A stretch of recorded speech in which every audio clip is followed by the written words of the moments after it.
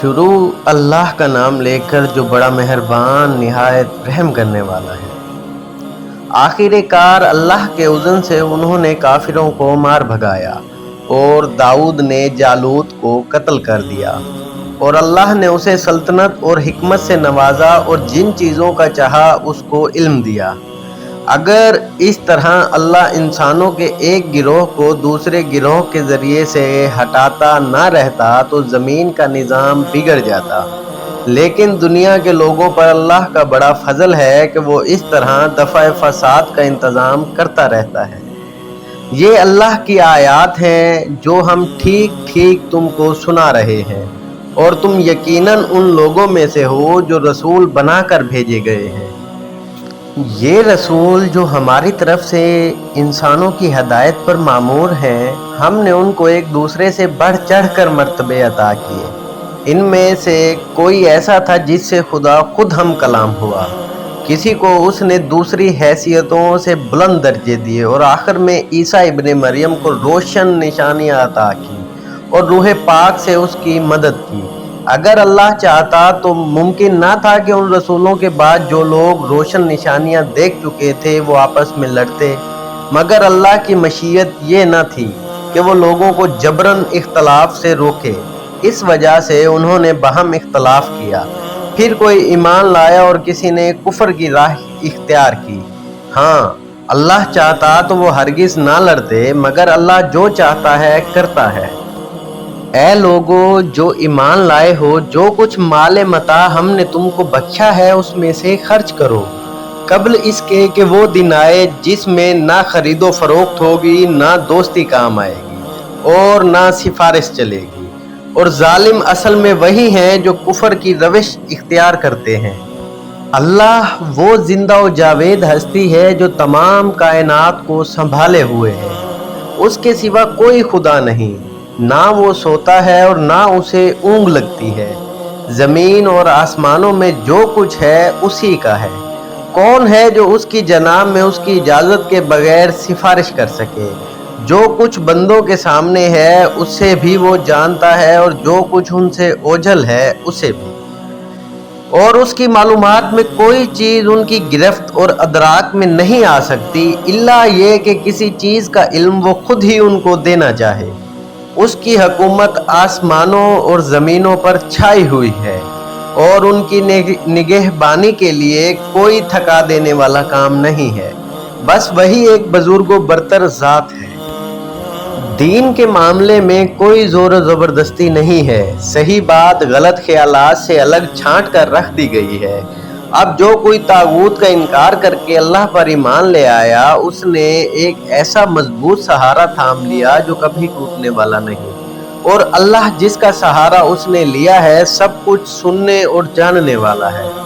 جو لوگ ایمان لاتے ہیں ان کا حامی و مددگار اللہ ہے، اور وہ ان کو تاریکیوں سے روشنی میں نکال لاتا ہے، اور جو لوگ کفر کی راہ اختیار کرتے ہیں ان کے حامی و مددگار طاغوت ہیں، اور وہ انہیں روشنی سے تاریکیوں کی طرف کھینچ لے جاتے ہیں۔ یہ آگ میں جانے والے لوگ ہیں جہاں یہ ہمیشہ رہیں گے۔ کیا تم نے اس شخص کے حال پر غور نہیں کیا جس نے ابراہیم علیہ السلام سے جھگڑا کیا تھا؟ جھگڑا اس بات پر کہ ابراہیم کا رب کون ہے، اور اس بنا پر کہ اس شخص کو اللہ نے حکومت دے رکھی تھی۔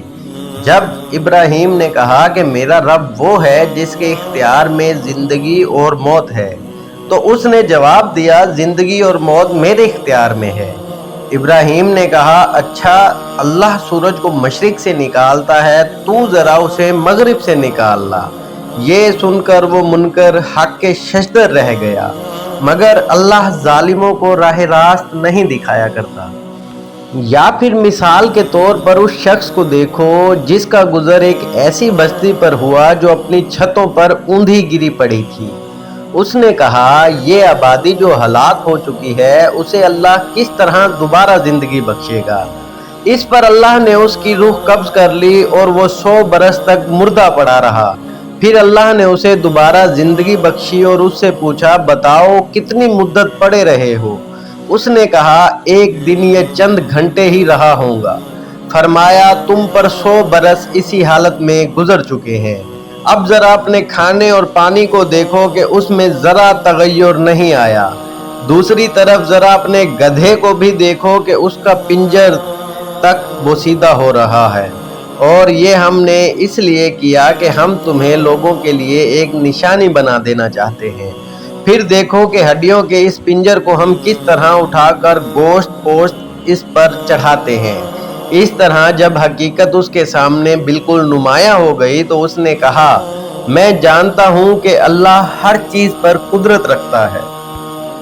اور واقعہ بھی پیش نظر رہے، جب ابراہیم علیہ السلام نے کہا تھا کہ میرے مالک مجھے دکھا دے تو مردوں کو کیسے زندہ کرتا ہے، فرمایا کیا تو ایمان نہیں رکھتا؟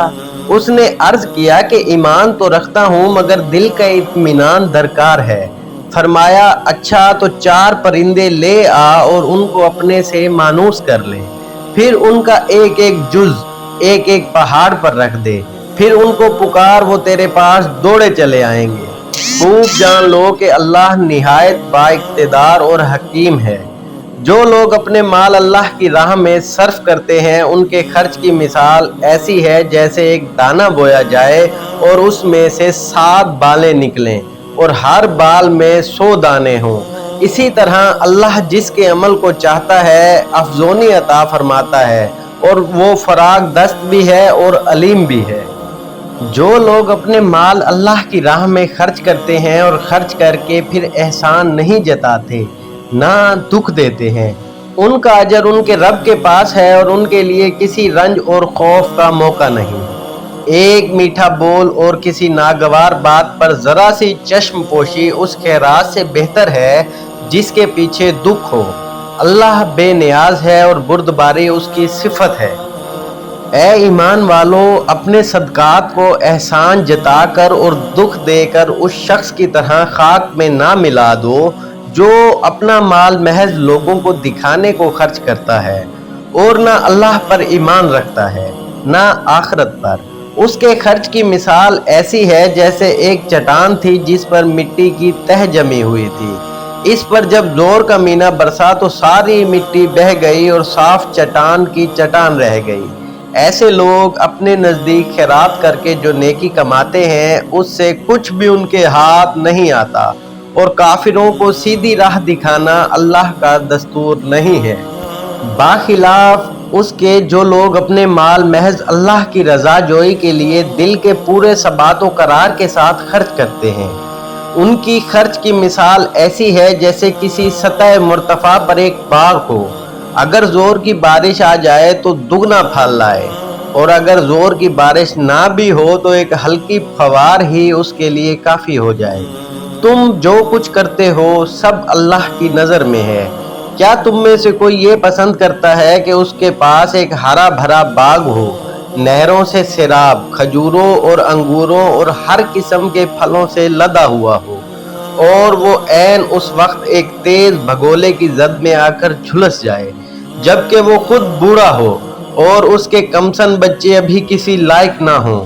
اس طرح اللہ اپنی باتیں تمہارے سامنے بیان کرتا ہے، شاید کہ تم غور و فکر کرو۔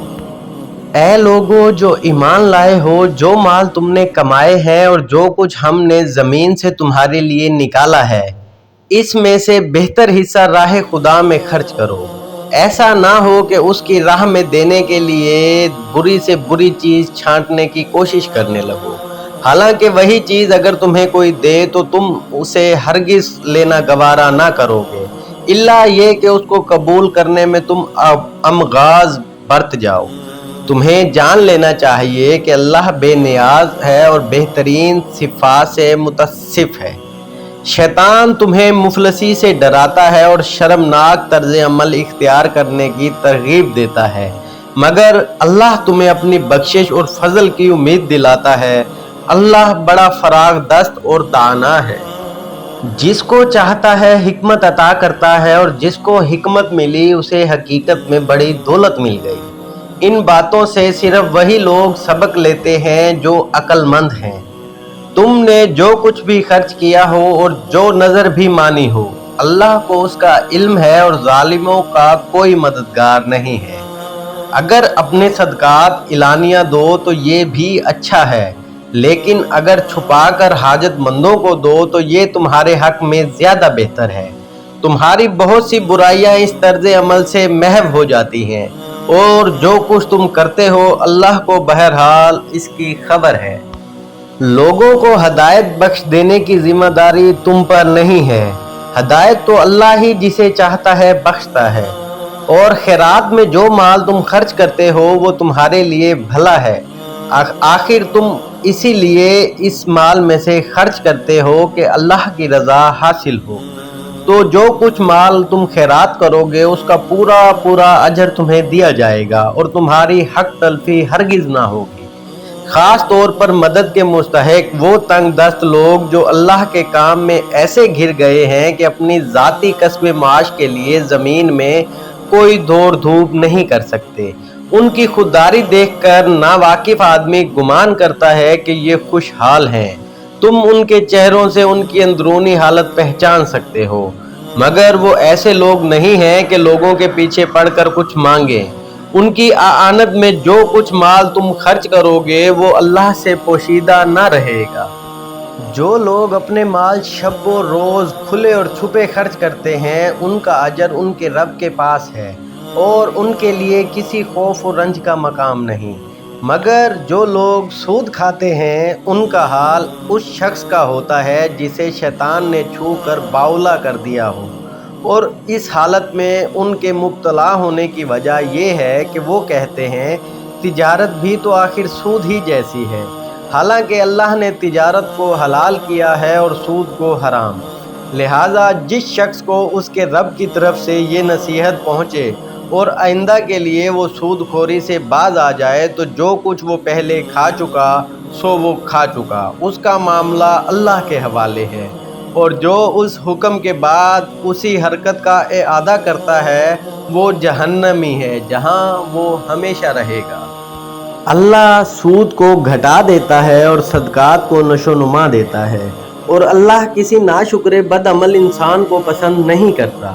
ہاں، جو لوگ ایمان لے آئیں اور نیک عمل کریں اور نماز قائم کریں اور زکوٰۃ دیں، ان کا اجر بے شک ان کے رب کے پاس ہے، ان کے لیے کسی خوف اور رنج کا موقع نہیں۔ اے لوگو جو ایمان لائے ہو خدا سے ڈرو، اور جو کچھ تمہارا سود لوگوں پر باقی رہ گیا ہے اسے چھوڑ دو، اگر واقعی ہی تم ایمان لائے ہو۔ لیکن اگر تم نے ایسا نہ کیا تو آگاہ ہو جاؤ کہ اللہ اور اس کے رسول کی طرف سے تمہارے خلاف اعلان جنگ ہے۔ اب بھی توبہ کر لو اور سود چھوڑ دو تو اپنا اصل سرمایہ لینے کے تم حقدار ہو، نہ تم ظلم کرو نہ تم پر ظلم کیا جائے گا۔ تمہارا قرض دار تنگ دست ہو تو ہاتھ کھلنے تک اسے مہلت دو، اور جو صدقہ کر دو تو یہ تمہارے لیے زیادہ بہتر ہے اگر تم سمجھو۔ اس دن کی رسوائی اور مصیبت سے بچو جبکہ تم اللہ کی طرف واپس ہوگے، وہاں ہر شخص کو اس کی کمائی ہوئی نیکی یا بدی کا پورا پورا بدلہ مل جائے گا، اور کسی پر ظلم ہرگز نہ ہوگا۔ اے لوگو جو ایمان لائے ہو، جب کسی مقررہ مدت کے لیے تم آپس میں لین دین کرو تو اسے لکھ لیا کرو۔ فریقین کے درمیان انصاف کے ساتھ ایک شخص دستاویز تحریر کرے جسے اللہ نے لکھنے پڑھنے کی قابلیت بخشی، اسے لکھنے پڑھنے سے انکار نہ کرنا چاہیے۔ وہ لکھے اور املا وہ شخص کرائے جس پر حق آتا ہے، یعنی قرض لینے والا، اور اسے اللہ اور اپنے رب سے ڈرنا چاہیے۔ جو معاملہ طے ہوا ہو اس میں کوئی کمی بیشی نہ کرے۔ لیکن اگر قرض لینے والا خود نادان یا ضعیف یا املا نہ کرا سکتا ہو تو اس کا ولی انصاف کے ساتھ املا کرائے، پھر اپنے مردوں میں سے 2 آدمیوں کی اس پر گواہی کرا لو۔